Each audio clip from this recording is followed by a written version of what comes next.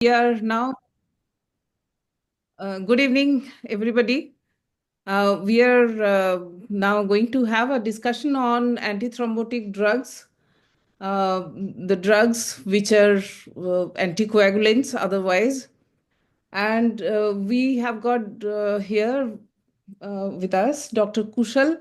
Dr. Kushal is DM in critical care from Tata Memorial and now is HOD critical care from Indore, Medanta Hospital, Indore. He has done his fellowship in critical care from United Kingdom. He is a gold medalist during his MBBS and a contributor to many book chapters in critical care. So we welcome Dr. Kushal. Thank you, ma'am. Thank you so much.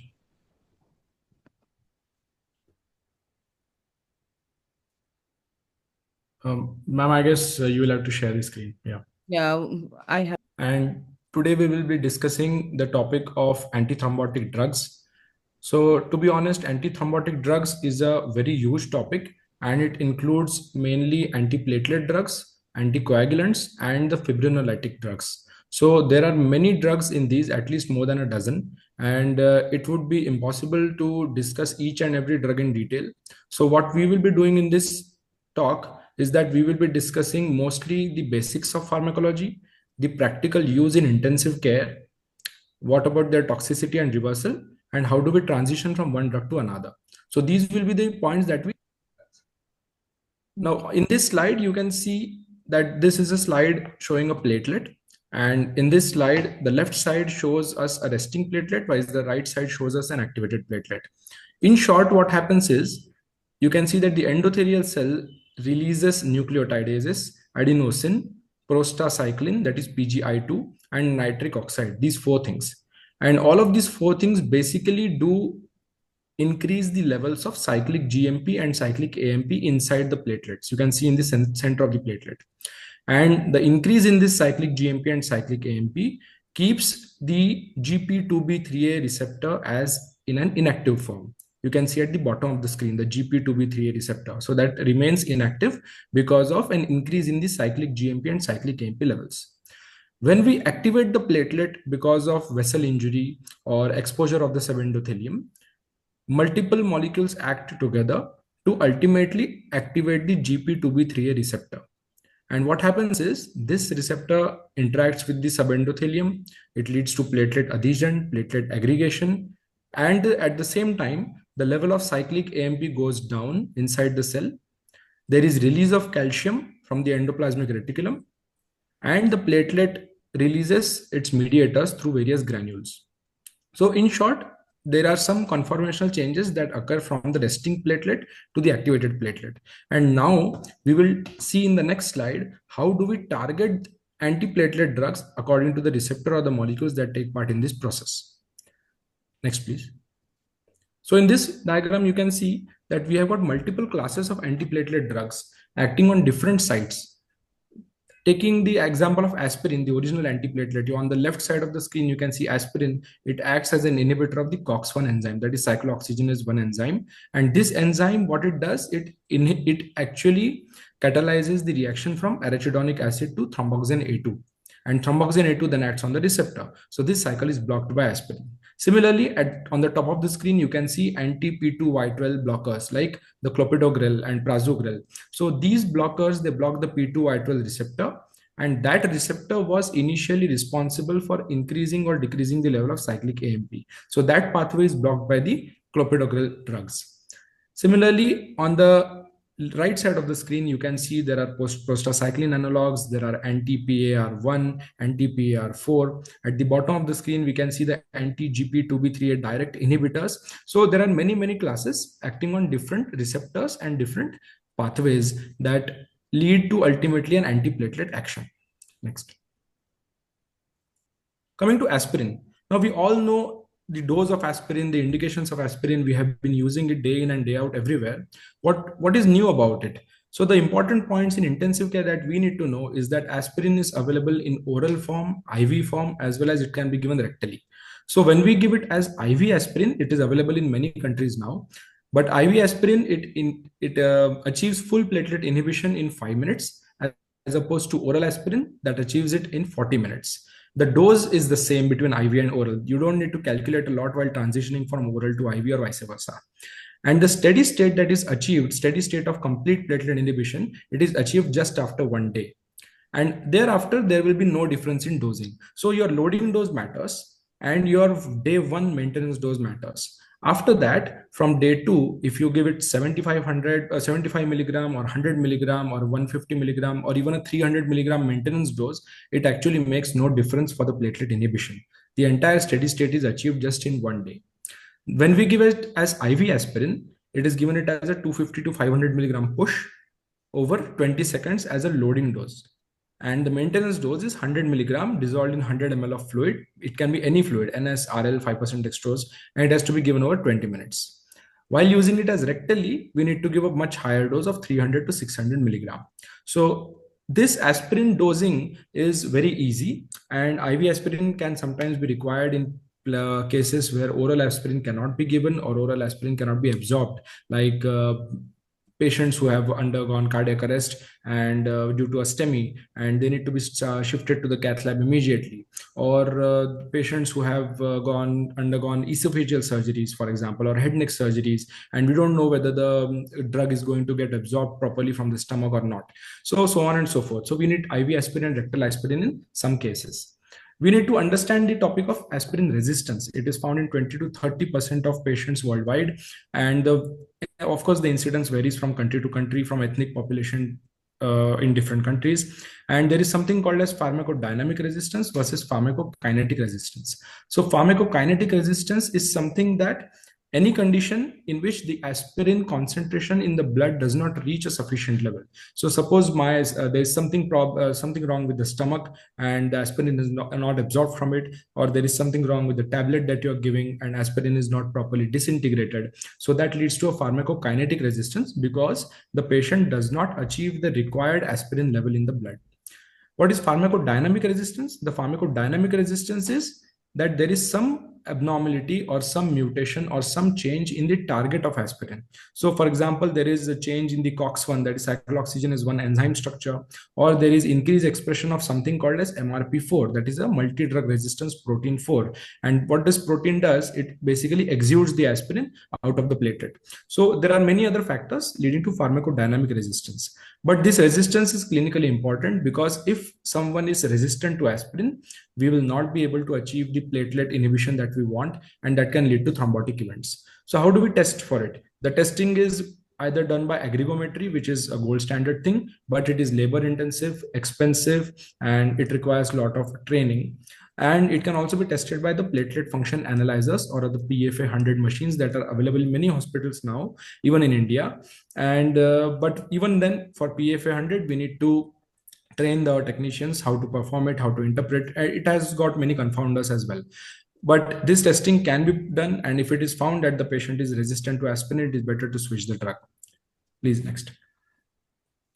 Coming to the P2Y12 receptor antagonists. So these are the various drugs in this group. Ticlopidin is not used nowadays, so we'll not be discussing about that. The most commonly used receptor antagonist is clopidogrel.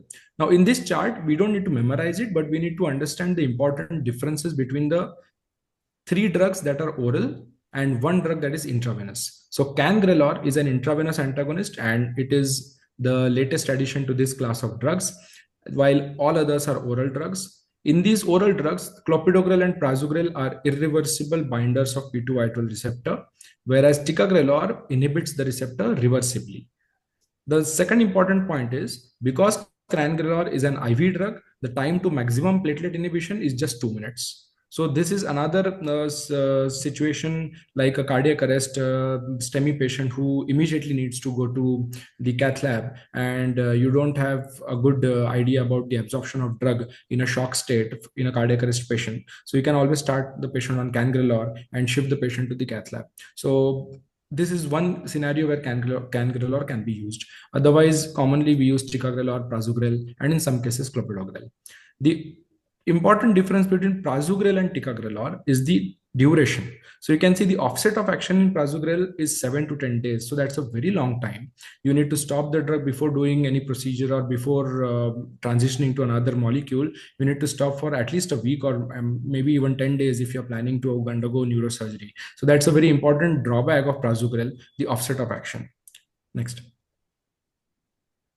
So when we talk about clopidogrel, because it is commonly used, we need to understand 2 points about it. One is what is cytochrome P2C19. So it is basically an enzyme that helps in the metabolism of clopidogrel. Now there are pharmacogenomic differences among all individuals, and some people have increased function of this enzyme, some people have decreased function of the enzyme, and accordingly they are classified as poor metabolizers versus rapid or ultra rapid metabolizers.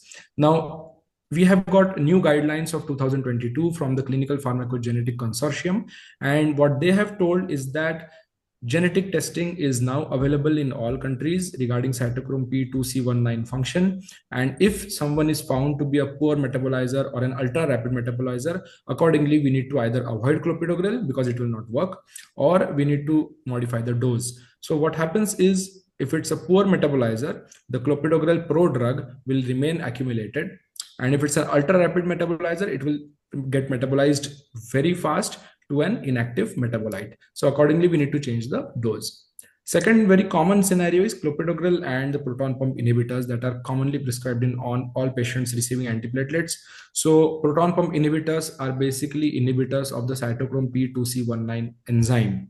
And among the PPIs, we have found that omeprazole and esomeprazole have higher degree of inhibition of that enzyme as compared to pantoprazole. So even the NICE guidelines of UK now recommend that if you want to give PPI, please avoid omeprazole or esomeprazole whenever you are prescribing clopidogrel. However, are there really any clinical implications of this association? It is doubtful, because there is no study or concrete evidence that giving PPI with clopidogrel hampers its activity or the platelet inhibition. But still, it is always better to be on the safe side. So the older books of medicine used to recommend a 12-hour gap between pantoprazole or PPIs and clopidogrel. However, that is not advised everywhere now, because these drugs work round the clock, and it is always safer to give pantoprazole as compared to omeprazole. If at all you need to give a PPI. Regarding prasugrel, the important points, one we saw in the last slide regarding the offset of action, which is 7 to 10 days. So you need to wait a long time. The second thing is it has got a problematic side effect profile. So there are many relative contraindications to prasugrel. An age of more than 70 years, so elderlies are excluded. Weight of less than 60 kg. Many of our patients in India are below 60 kg, and history of prior TI or stroke. So all these things, the prasugrel tends to increase its bleeding tendencies. So we need to avoid prasugrel in that. That is why ticagrelor is becoming more and more popular as compared to prasugrel. And there is something known as East Asian paradox, because there were many studies done in Japan, and that they found that patients taking low dose prasugrel as compared to a standard dose prasugrel, there is hardly any difference between the platelet inhibition that has been achieved without any increase in bleeding events or without any increase in thrombotic events. So that was found in the East Asian population, especially the Japanese population. Hence, there is something called as Japanese dose protocol, where the loading dose of prasugrel, as opposed to 60 milligram, now it is just 10 milligram or even 5 milligram. And the maintenance dose is just 2.5 milligram in Japan. So they have their own protocols for prasugrel, if at all it is prescribed in that country, whereas the rest of the world follows what we have been told according to the Western trials, the 60 milligram and then 10 milligram once a day. So that is how, that is the difference that we need to know about prasugrel. Next. Coming to cangrelor, the IV antiplatelet drug that we discussed. So cannot swallow or no time, we can definitely give cangrelor. It is given as a loading of 30 microgram per kilogram of IV bolus in less than a minute, and an infusion of 4 mics per kg per minute for 2 hours, or at least for the duration of PCI. And apart from that, we can also use this as a bridge to surgery. When suppose if a patient is on DAPT for a drug-eluting stent that has been inserted recently, and the patient needs to undergo surgery for some other reason, or for even for cardiac reason, and the surgeon asks us to stop the antiplatelets, we can't stop the antiplatelet for 5 days and 7 days because there is a high risk of thrombosis, of the stent thrombosis. So in such cases, we can use cangrelor as a bridge to surgery. So how do we do it? We stop the P2Y12 inhibitor, we wait for 3 days, 3 days basically if the patient was already on prasugrel or ticagrelor or initially. So we wait for 3 days. We start the cangrelor infusion at 0.75 microgram per kg per minute without giving a bolus here. We will not give a bolus if we are going for a bridge to surgery. We do the surgery and we restart the oral clopidogrel or prasugrel or ticagrelor or with loading dose. So that is how we do it if we are using cangrelor as a bridge to surgery. Otherwise, it can just be given as a loading and maintenance dose for PCI, as we have seen above. Next. Coming to the next class of antiplatelets, that is GP2B3A inhibitors. So this is the molecule on the platelet surface that interacts with the subendothelial surface and helps in platelet adhesion and platelet aggregation. So GP2B3A inhibitors, we initially had 3 drugs. Apixaban was withdrawn from the market, so it is not available now. We have only eptifibatide and tirofiban, of which we need to just understand the important differences. The platelet affinity of tirofiban is better. We don't need a bolus dose of tirofiban in most of the cases. And the plasma half-life of tirofiban is less as compared to eptifibatide. So that is why today you can see that tirofiban is more commonly used, if at all the cardiologist prefers to use a GP2B3A inhibitors. However, the bleeding risk is high because they are very potent inhibitors of platelet, and they all have got very limited indications. The only cases where I have seen these drugs being used are that the patient goes for a PCI and the patient comes out and the cardiologist says that there is no reflow phenomenon, or there is a high thrombus burden despite putting a stent, and so on and so forth. So if there is any intra-procedural issue where we are not sure that the patient is fully revascularized and there is still a high risk of thrombosis, then the cardiologist usually recommends us to keep the patient on a GP2B3A inhibitor infusion. So apart from that, there is hardly any place for this drug inside the ICU. Next. Vorapaxar, just one small slide about it. It is the latest antiplatelet drug. It is a PAR1 antagonist. It's a new receptor on the platelet. It's an oral drug, reversible inhibitor of the receptor. The loading dose is 40 and the maintenance dose is 2.5. The most important issue with this drug is that it has got a very long elimination half-life of 5 to 13 days, and the normal platelet function recovery takes 4 to 8 weeks. So that is the reason why it is rarely used, actually, because no one wants to use this drug and then wait for 4 to 8 weeks for its drug to get reversed, for its effect to get reversed.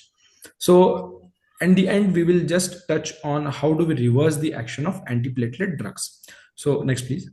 So when we give antiplatelets and suppose the patient presents to us with bleeding and we want to reverse the effect of antiplatelets, we need to be aware that it is tough.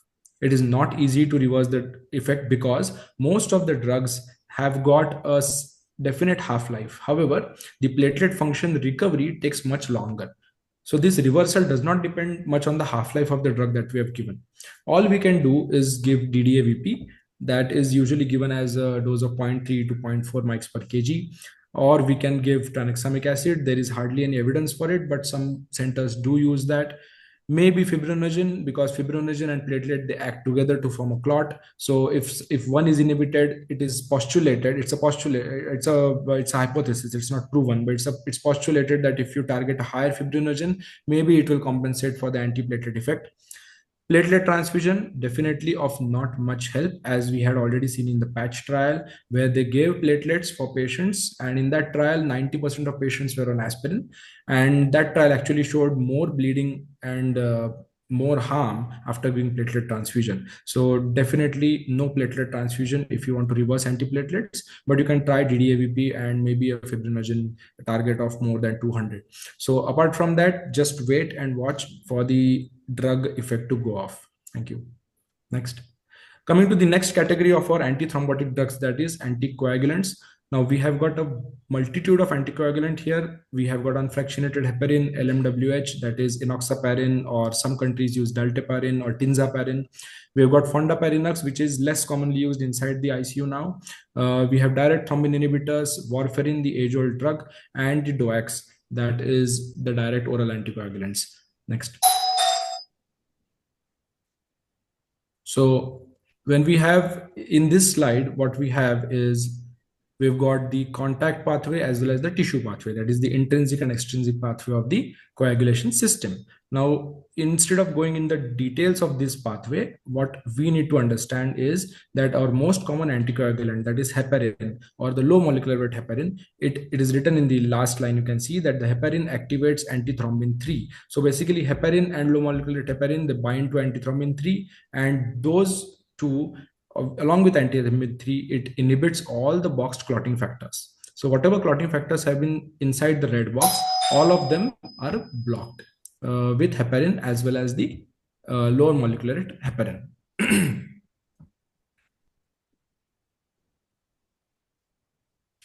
Next.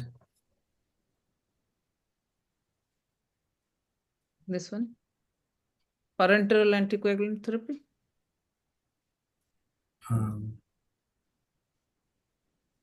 The previous the screen has. This is this one. Can you see it? Yeah. So just the next slide after the clotting pathway. Yeah.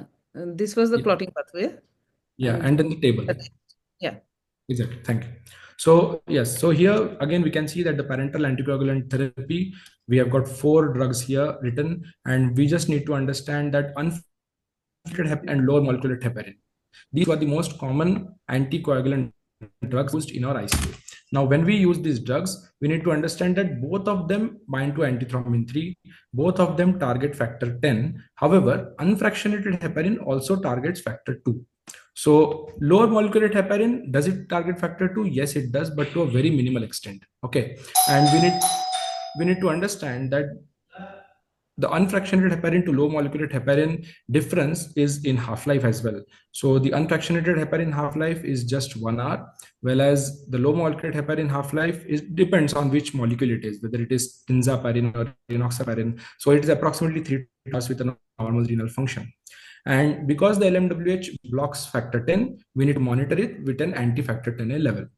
And with unfractionated heparin, we need to monitor it with anti-factor 10A level or the activated clotting time or the APTT, whichever is available in your setup. And both the molecules can be given IV or subcutaneous. Regarding ergotropan or violirudin, we will consider it later in the next slides. Yeah.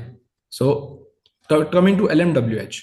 So when we say lower molecular weight heparins, we have got multiple molecules here, and they are not interchangeable. We need to understand that. So we have got multiple molecules. They are more effective than heparin. They have less adverse effects than heparin.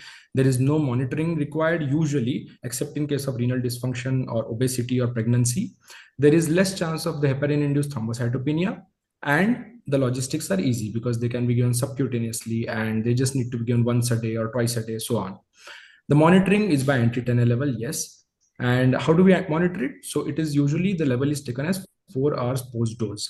And the target for BD dosing, that is the therapeutic BD dose we give of enoxaparin, the target is 0.6 to 1 for anti-10A level.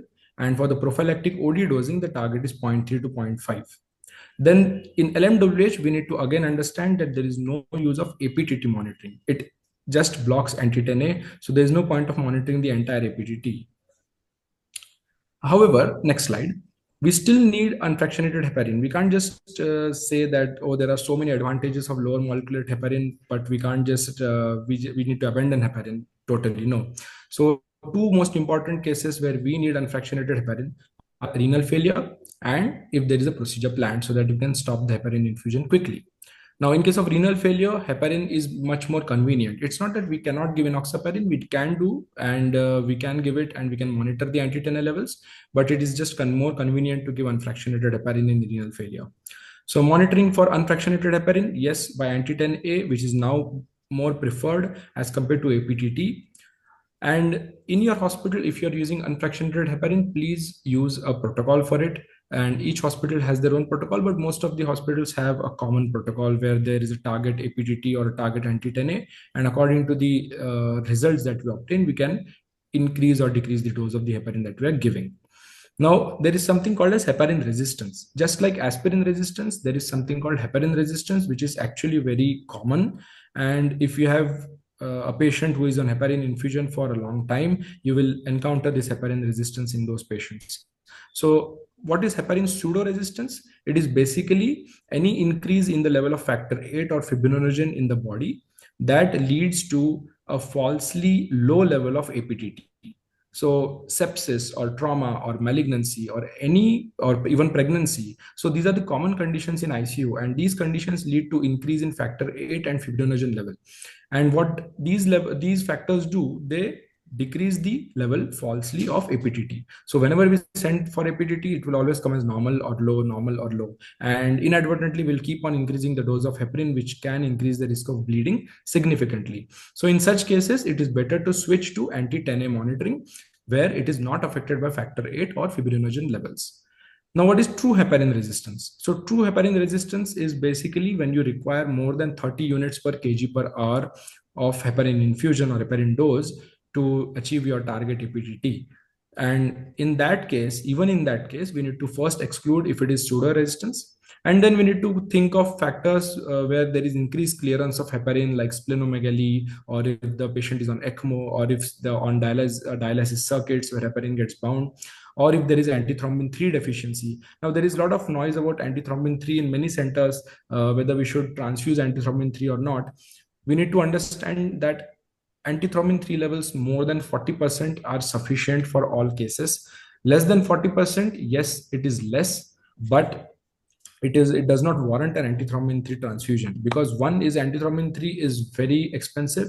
Second, there is absolutely no concrete evidence that transfusing antithrombin 3 increases the efficacy of heparin, because antithrombin 3 can be a low antithrombin 3 can be found in many cases, like even sepsis and polytrauma. So true heparin resistance, it is better to switch from heparin to one molecule if you find that thing. Next, coming to direct thrombin inhibitors. So the bivalirudin and argatroban, these are the two molecules in this category. Both of them are given intravenously. The only differences that we need to understand is that bivalirudin, it is not bound to any other plasma protein. It is bound just to thrombin. So that is a good thing. And so that gives us a better predictable pharmacokinetic action, better predictable anticoagulant effect. And the half-life is less as compared to argatroban, that is 1 to 1.5 hours. And the most important thing for both of them is that there is no neutralizing agent.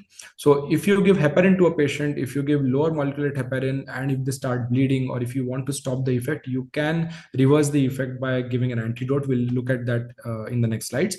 But for direct thrombin inhibitors like bivalirudin and argatroban, we don't have a neutralizing agent, and that is a big drawback for these two direct thrombin inhibitors. Next slide. Coming to the warfarin and the direct oral anticoagulants. So warfarin and the DOACs, as we call it. Now we have got dabigatran, rivaroxaban, apixaban, and edoxaban in the market. We also have betrixaban and many other sabans that are coming up each month and each year. And what we need to understand are just the important differences from the ICU point of view or from intensive care point of view. Among the physiology or the mechanism of action, dabigatran is effective against free as well as clot-bound thrombin. That is an important thing. So it is technically more effective as compared to heparin, because heparin and lower molecular heparin, they are active only in the fluid phase thrombin, not the clot-bound thrombin. So that is one difference in the mechanism. The other thing, look at the bioavailability. Warfarin has got a very good bioavailability of more than 95%, but dabigatran, it is highly variable, just 6.5%, very low. Rivaroxaban is still good. Apixaban is barely 50%. So the bioavailability is very different for all the drugs. The plasma protein binding of dabigatran is very less, and that is a good point in our favor, because if my patient comes with a toxicity of dabigatran or dabigatran use and bleeding, I can dialyze it. So I can remove it with dialysis because it is less protein bound, whereas all other drugs are almost 90 or more than 90% protein bound and cannot be removed by dialysis. The elimination, you can see that most of them are eliminated via kidneys except apixaban, where the renal excretion is very less, and that makes apixaban a favorite drug for anyone who has got a renal dysfunction. Now, peak effect, we all know that warfarin takes a long time to start acting. So warfarin has a peak effect that occurs in 72 to 96 hours, whereas all the other drugs, just need 1 or 2 hours for their peak effect to happen. So these are the important differences that we need to understand while choosing one drug above the other in various scenarios inside the ICU or even after discharge from the ICU. Next. Now, when we talk about DOACs, the pressing issues that we often encounter in the intensive care are, what if a patient comes from the cath lab with PCI and the patient also has got atrial fibrillation? So this question has been there for many decades, and whether should we give triple antithrombotic therapy and DAPT plus DOAC, or a dual antiplatelet therapy plus warfarin, or dual antiplatelet therapy plus enoxaparin, or what should we do or what should we not do? There is a lot of increase in bleeding risk if we give 3 drugs. And now we have got 3 trials, Rescue PCI and Augustus and another one, I don't remember the name, third trial. But now it is well established and a consensus has been formed that less is more in such cases. So please drop aspirin. Don't be afraid of dropping aspirin in such cases, and go ahead with a P2Y12 inhibitor, ticagrelor or prasugrel or clopidogrel, whichever you have chosen for your patient. And along with that, add a direct oral anticoagulant, either an apixaban or a rivaroxaban or dabigatran. So 2 is enough, less is more, drop the aspirin. The second important scenario is, what if the patient has got an artificial heart valves? So direct anticoagulants like rivaroxabans and dabigatrans conventionally have always been contraindicated in patients with heart valves, artificial heart valves. However, now we have got enough evidence that it is safe to use these molecules for bioprosthetic valves. It is still contraindicated to use them for mechanical valves and even in case of severe mitral stenosis. But if someone has got a bioprosthetic valve, you can go ahead and use DOACs in those cases without any increase in the bleeding risk. Renal function, as we discussed in the last slide, because apixaban has got very less renal excretion, almost 25 to 30%. So it is the best for renal dysfunction patients. On the other hand, a very interesting thing is that we need to avoid edoxaban if a patient has got a normal renal function. So what they have found is that if the creatinine clearance is more than 90, edoxaban actually performs less. It is less effective. It achieves less anticoagulant effect. And due to multiple reasons, there are very complex mechanisms behind it, but studies have shown that. So it is now recommended to avoid edoxaban in a patient whose creatinine clearance is more than 90. Liver dysfunction, most of them require liver for the metabolism. So avoid all of them in a child per class C liver, whereas all of them are okay for a child per class A. Now, when it comes to the intermediate, that is CPC class B liver, and there is no recommendation. The ideal way to do is give a DOAC and check the target level of that DOAC in the blood. Next.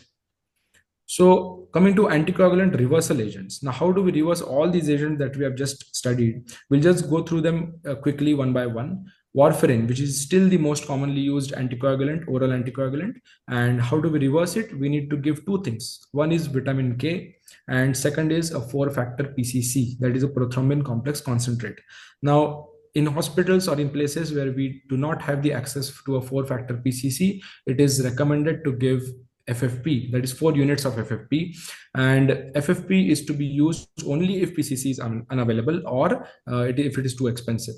So what happens is, vitamin K, if you give, the dose is 10 milligram intravenously, it should be given a bit slow, because sometimes a fast or a rapid push of vitamin K can cause hypotension, can cause an anaphylactoid reaction. Second is, vitamin K is equally important as PCC, because vitamin K will start acting after 6 to 8 hours. Whereas your PCC and FFP will continue their action only for 6 hours. So after that, there is no action of PCC or FFP. Your vitamin K starts acting after that. So vitamin K is definitely important. Don't forget that.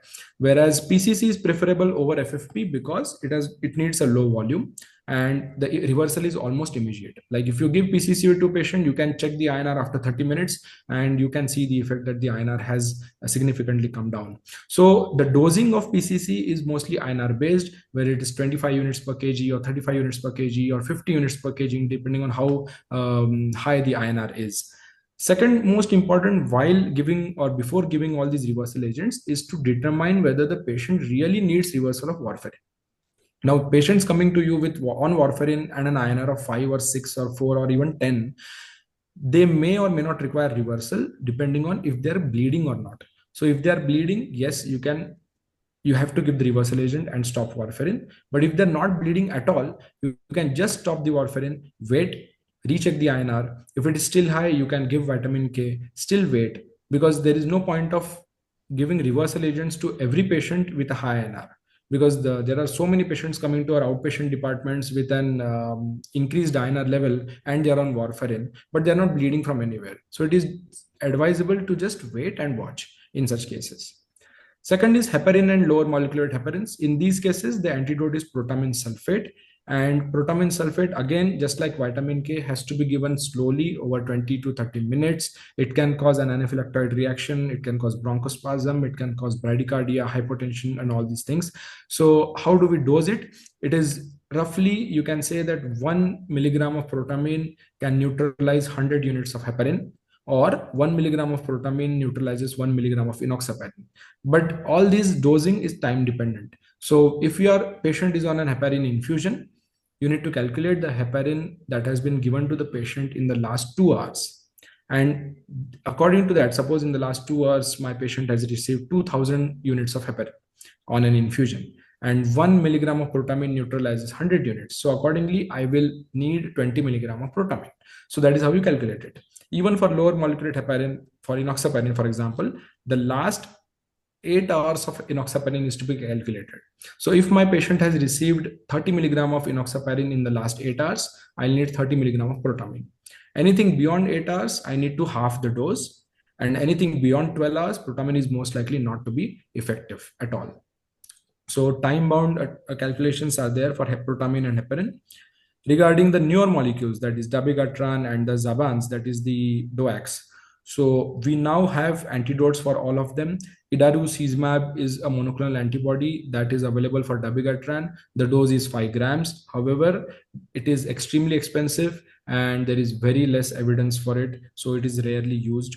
What we actually do when a patient comes to you with bleeding and dabigatran use is that we stop dabigatran. We see if the patient is really clinically bleeding, really needs a reversal. If yes, the two things that you can do is use a 4-factor PCC, and you can start dialysis to remove the dabigatran drug from the blood. Similarly, for all the anti-10A inhibitors, that is the 4 drugs that I have written there, if you don't have andexanet alpha, because it is again very expensive, very uncommonly available anywhere, you can go for 4-factor PCC use. However, none of these anti-10A inhibitors are dialysable. So no chance of dialysis here. We can just give 4-factor PCC and stop the drug. There is one important drug you can see on the right side, the 7th point, that is siraparantag. So this siraparantag is a new small molecule inhibitor that has been discovered now recently, I guess 2022, and this drug binds all the anticoagulants. So that's a very fantastic drug that has been developed. It can bind to heparin, lower molecular heparins, the dabigatran, and anti-10A inhibitors like apixaban and rivaroxaban, and it can reverse all of them altogether. So that is a very good molecule, but it is still undergoing trials, and in few years it will maybe come as a recommendation to give blindly to anyone who comes with bleeding and an anticoagulant use. Next, coming to the transitioning. So how do we transition? Now there are charts and there are algorithms for transitioning different anticoagulants from one molecule to the another. What I have included here are just the common ICU transitioning that we need to remember, because most of our patients are either on heparin infusions or they are on enoxaparin. So when the patient is on heparin infusion and you need to switch it to a newer molecule, either the dabigatran or the anti-10A inhibitors, what we need to do is initiate that new molecule within 2 hours after discontinuation of heparin infusion. That's it. As easy as that. Stop the heparin infusion. In the next 2 hours, start the new drug.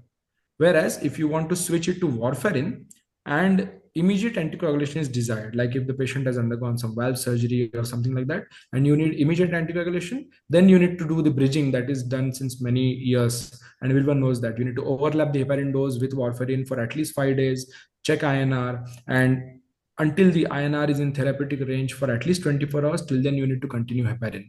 And once the INR is in the therapeutic range, then you can stop the heparin. And if immediate anticoagulation is not desired, then you can just initiate warfarin as needed, irrespective of the time.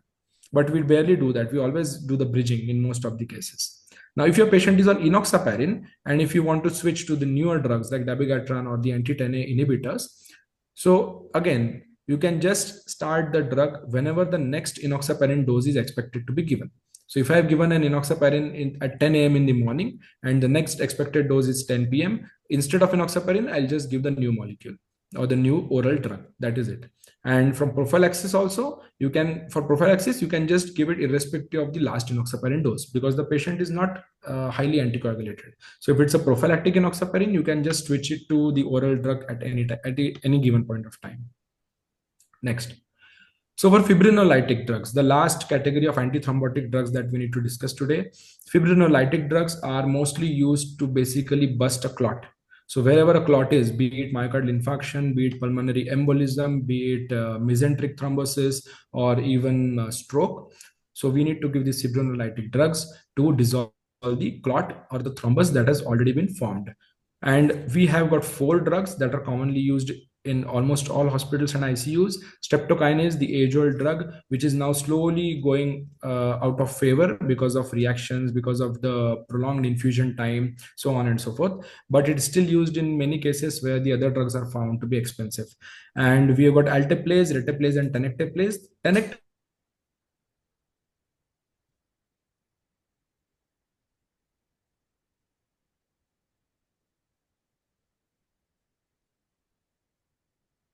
Hello. Coming to the fibrinolytic. So coming to the fibrinolytic drugs, this is the last category of our antithrombotic drugs.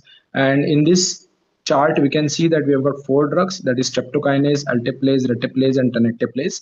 And we have been using these drugs in multiple indications, basically to dissolve or bust a thrombus. Now, wherever a thrombus is, be it in myocardial infarction or pulmonary embolism or mesenteric thrombosis or even stroke, we need to use these drugs. And we can observe here that streptokinase has been the age-old drug of this category and that has been used extensively throughout the world. But now it is falling out of favor because we have got better drugs. Now, better in what sense? Better in sense of the plasma half-life, better in sense of the fibrin specificity, and better in the duration of infusion. So, tenecteplase, as you can see in the last column, the dose has to be given just over 5 seconds. So, it's a 0.53 milligram per kilogram as a single bolus dose. The fibrin specificity is highest, right? And the systemic fibrinogen depletion is minimal. So these are the very important parameters on which now tenecteplase has stood as the most favorable drug in this category. Whereas streptokinase, it requires an infusion over 60 minutes. There is a lot of systemic fibrinogen depletion, and the fibrin specificity is very less or even minimal. So based on this, we can say that tenecteplase, even if it is approved for MI, but now we see that it is being increasingly used even in pulmonary embolism, even in stroke, and even in many other conditions. So the data is accumulating, the evidence is accumulating. I think the guidelines would change in coming years. When we give fibrinolytic drugs, and if a patient comes to us with bleeding, what we can do just 3 things. One is stop the infusion first. Whatever fibrinolytic drug we are giving, we need to stop it unless it's tenecteplase because it's already given. It's just a bolus of 5 seconds.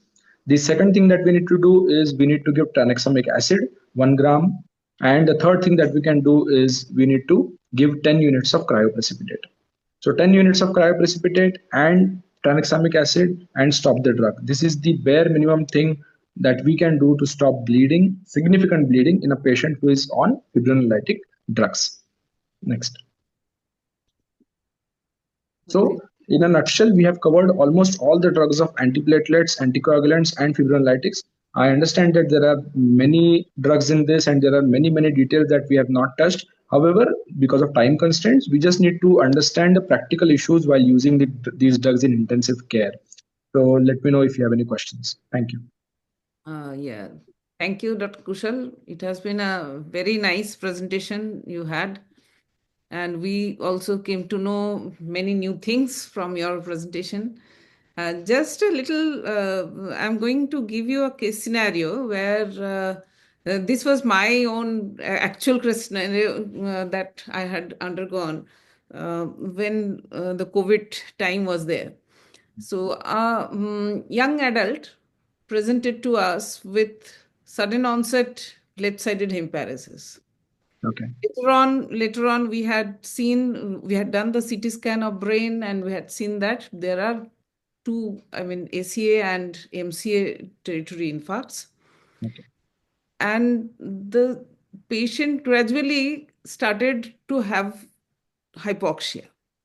So immediately we had to see this echo, and Yeah. there was a raised RARV pressure, and obviously there was a